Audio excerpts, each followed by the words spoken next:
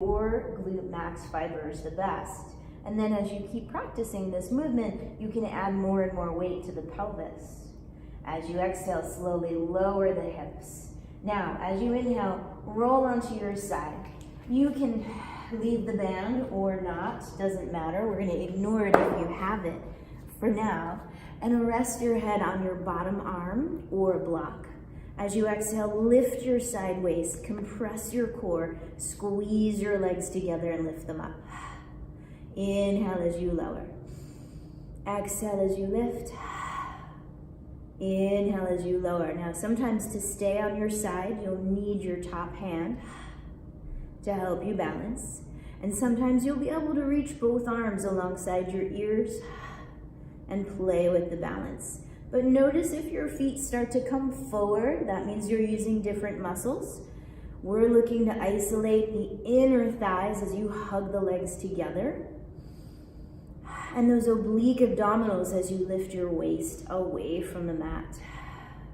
So now this time we're gonna keep the legs lifted here and breathe. You can continue with this small movement.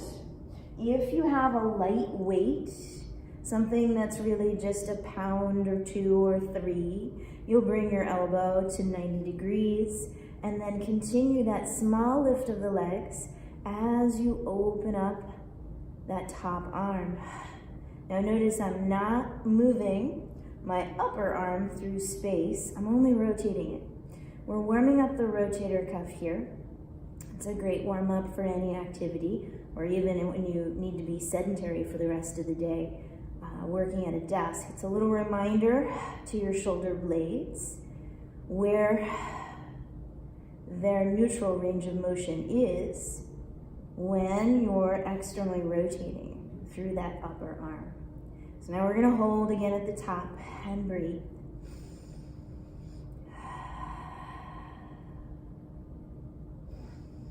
Hugging the legs together, and as you exhale, zipping through the core, and maybe feeling those little muscles around and underneath that shoulder blade working.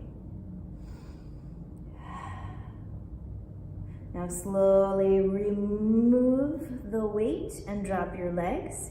Bend your knees until your feet are well behind you. As you exhale, lift your waist and then lift your bottom hip. You're pushing your bottom knee down to lift your hip, and it might not clear the floor, but you're gonna feel those hip muscles work. Inhale as you lower, and exhale as you lift. Inhale as you lower. Exhale as you lift.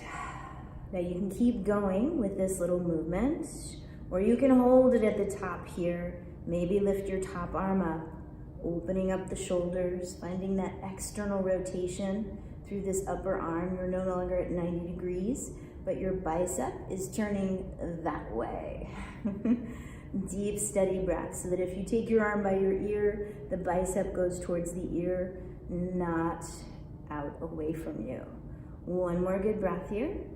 Trying to fatigue that hip muscle, set of muscles really, and then relax. Take a deep breath here.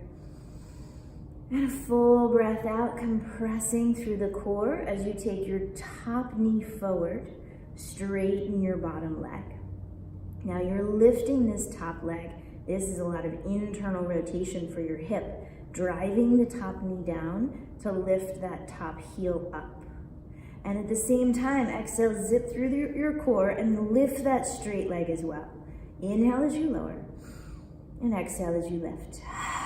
Again, you can use the top arm to help your balance, or take it alongside your ear to challenge your balance. So as you exhale, lift, and as you inhale, lower.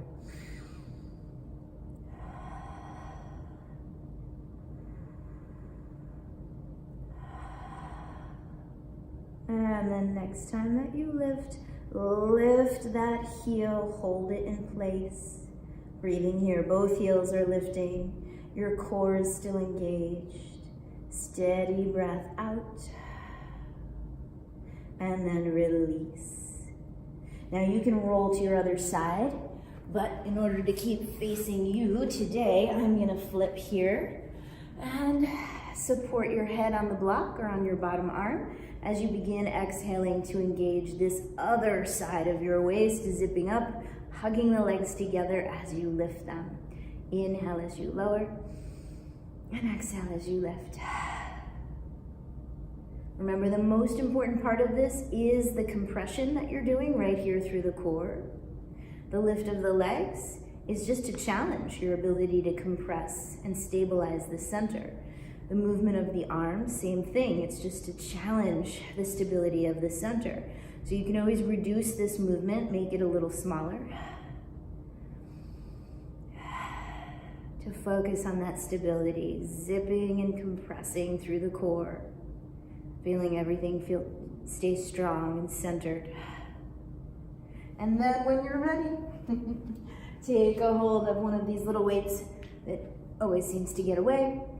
In your upper arm, you're still compressing, you're still lifting the legs. You're gonna hold those legs up for a moment. Make sure your shoulders feel nice and aligned. They're not crowding the ears or rolling forward. Press them back and away from your ears. And then begin with that upper arm again, finding a little of that external rotation. Make sure that this upper arm is not trying to move through space. It's not lifting up. And your wrist is not doing funny things. Wrist stays neutral. It's a pretty small range of motion. The elbow stays at 90 degrees.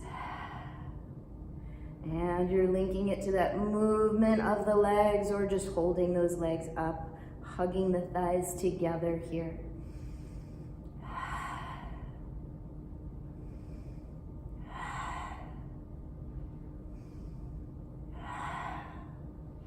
And we're gonna hold the legs up and the external rotation, feeling that top shoulder blade move closer to the spine, relaxing through the neck.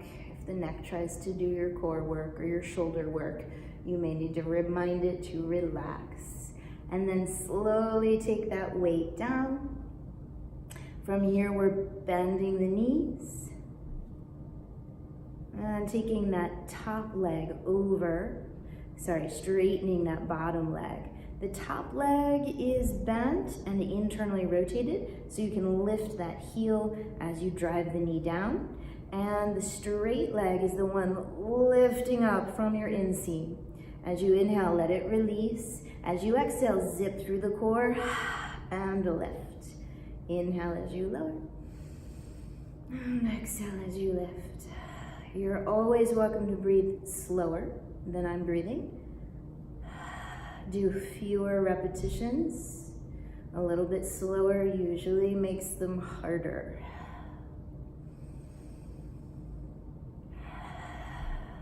Again, shoulders stay away from the ears. The top arm can go towards your ear or up towards the sky. So you're still practicing that external rotation that we were working with the small weight.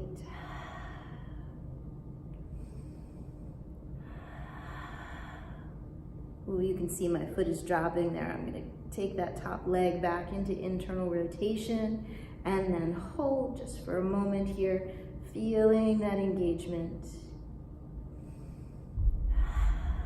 And from here, we'll bend both knees. The top hand can assist you a little bit to get those knees to go back in line with your hips and your shoulders. As you exhale, lift through the core, lift your hips. Catch as much air as you can, but don't worry about how it looks. Make sure you can feel your hip muscles working. Some people like to press the hips slightly forward in order to really feel those rotators. Inhale and abductors. Lower the hips, exhale as you lift. Inhale as you lower. Exhale, compress the core. Lift the waist, lift the hip. And you can take that top arm up. Rotating the bicep up towards your ear.